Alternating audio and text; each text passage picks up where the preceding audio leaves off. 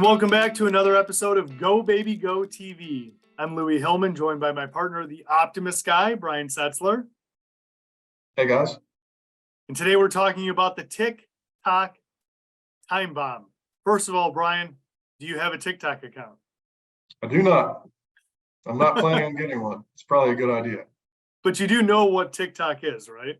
Yes, my daughters have made me very familiar with it. Well, what we're talking about today is what I'll call a phenomenon of young financial advisors pitching cash value life insurance, not as an additional saving strategy, but something that they should be doing in lieu of saving into their 401k. Thoughts on that and any concerns about that? Well, it smacks of, oversimplified, overzealous selling a little bit. I think everyone should always take advantage of their match on their qualified plan, even the high income people, because it's free money. Why would you not take advantage of that? You're not going to earn a higher rate of return than a 50-cent match out of the gate before your investments perform. So there's that. I understand as an idea when people are already maxing out the matching threshold of their qualified plan, I can see how it's appropriate to add index life as an additional tool. That seems reasonable. I haven't seen any of these TikTok videos, but if they're overdoing it, people are going to get hurt, Yeah, I would. The way I would characterize it is there's a lot of omissions and misleading math, explaining why it's a better way to save for retirement than using a 401k and taking the match that comes from it from your employer. One of the things that I find to be the most abusive of this sales tactic, and I would describe it as abusive, is really it's targeting people that don't have money to save in cash value life insurance. There isn't really excess income. So they're targeting, identifying, okay, there's money that is flowing out of their paycheck into this retirement plan. I'm going to go after that. And I just think that sets up a lot of problems. Your thoughts on that? So you're basically saying it's an indirect payroll deduction scheme, but it's not directly through the payroll. They're targeting a payroll deduction that currently is going to a qualified plan and trying to redirect those dollars to life insurance because there's no other money, right? Yeah, exactly. I mean, there's advisors, right? I mean, for right or for wrong, they're coached and trained to find the money. Well, if the money doesn't exist, then you got to dig pretty hard. And we've seen other schemes, so to speak, over the years targeting, we talked about HELOCs, and using those as the only means to get a sale. So it's concerning. Yeah, it concerns me. These big seminars that they do for Bank on Yourself, that they're filling rooms with people that have zero money and all they have is credit card debt. It's the same profile. If TikTok, on the one hand, if these young agents have figured out a way to get their message across using new technology, that part's positive.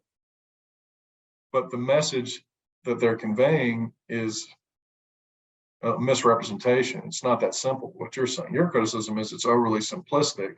And anything that's overly simplistic, it's not needs-based. It's not based on the facts. It's a one-size-fits-all. Same mistake Dave Ramsey makes, by the way. He always says the same recommendation to everybody. He has no nuance recommendation. Well, this is the same thing, what you're talking about. Yeah. Yeah, it is. It's interesting because, and I don't have any statistics to back this up, but just anecdotally, it seems like these young agents are reaching a market that have historically never been buyers of cash value life insurance, right? So some sort of messaging and the video aspect of it, these short form videos, is resonating with people, which it's interesting. I don't want to say it's good, but it's kind of caused this phenomenon. Well, I'm sure like anything, it'll settle in and over time we'll see what happens. But this is the future. These short form video presentations will always be with us. There'll never be a world the way it used to be. And it's hard for old guys like myself to change.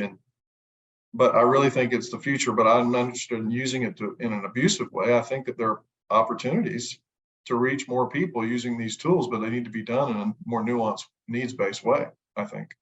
Yep, that's why I put us on a timer when we record these. We got 10 minutes or less. It's all the time we can capture people's attention. Yeah, Um, I mean, we don't want to be using home equity loans to buy life insurance. We don't want to be buying whole life insurance when you have no money, so that one day you can strip all the money out to repay your credit cards at year 5 or year 6. I had an agent tell me how great that was, because the client's cell phone was going to ding in 5 years when there was enough money to pay off the guy's $40,000 credit card bill. Well, that presumes he's really going to pay those premiums for the next 5 years. There's no way he's going to be able to pay. yeah, why would that individual that has been financially irresponsible without an insurance policy now become financially responsible because they have an insurance policy as part of this whole plan of debt Yeah, reduction? right. And this TikTok thing is the same thing. It goes to consumer behavior. If someone buys it above the matching threshold and commits to paying the premium, they'll be in good shape. But if they're buying it with dollars that really should be in that qualified plan, that's the mistake that's bothering you, because you think that it's just not appropriate. Yeah. Well, let's wrap up on this. So advisors, and this is young advisors. We're not saying that you shouldn't be talking to people about the value of cash value life insurance, but what are more suitable client profiles in your opinion, Brian? What kind of economics or income do you think makes sense? How much of somebody's income should be allocated to this strategy? And does it come always after taking the match with their 401k plan? Well, most matching formulas are 50 cents to $1 per dollar on the first 5 or 6% of pay. Isn't that right? Usually is what you see. Yep. So if you have a guy out there making $70,000 a year and he's contributing 6% of pay, so that he gets 3% of pay and match in his qualified retirement plan, okay, that person should be setting aside another 6% of pay somewhere else, at least. But the affordability is the problem. With inflation and everything else, I understand that the family budget is pushed, right? So that's kind of what you're keying off of, and that's why they're going after the qualified plan contributions, because it's an easier takedown, because it's money that's currently being allocated. Yeah. So just to summarize that, the qualified plan with the match, first and foremost, if there is excess income to be saved, cash value life insurance then becomes bucket number 2. That's how I think see it. so. Yes, I think it's appropriate. Yes. Yeah. And the numbers, I mean, usually we're looking at as the financial underwriting term is affordability. Only up to 20% of somebody's income can be allocated to this strategy anyways, right? So it would be, that is kind of the framework with which advisors should consider every prospect. Yeah, and most people can't afford anywhere close to 20%. The higher the income, of course, maybe more, but it's most prospects that you're talking about are not making $100,000 a year. So you're talking about much lower average premium sales. Yeah. Well, it's an interesting discussion. It's a time bomb we hope does not blow up at some point, because only time will tell how many of these unsuitable or non-needs-based sales have happened. But there is some sort of phenomenon going on with selling of index life insurance on TikTok. So I guess time will tell. Time will tell. We'll see how it goes. All right. We'll be back next Monday, as always, to rev up your week and turbocharge your sales.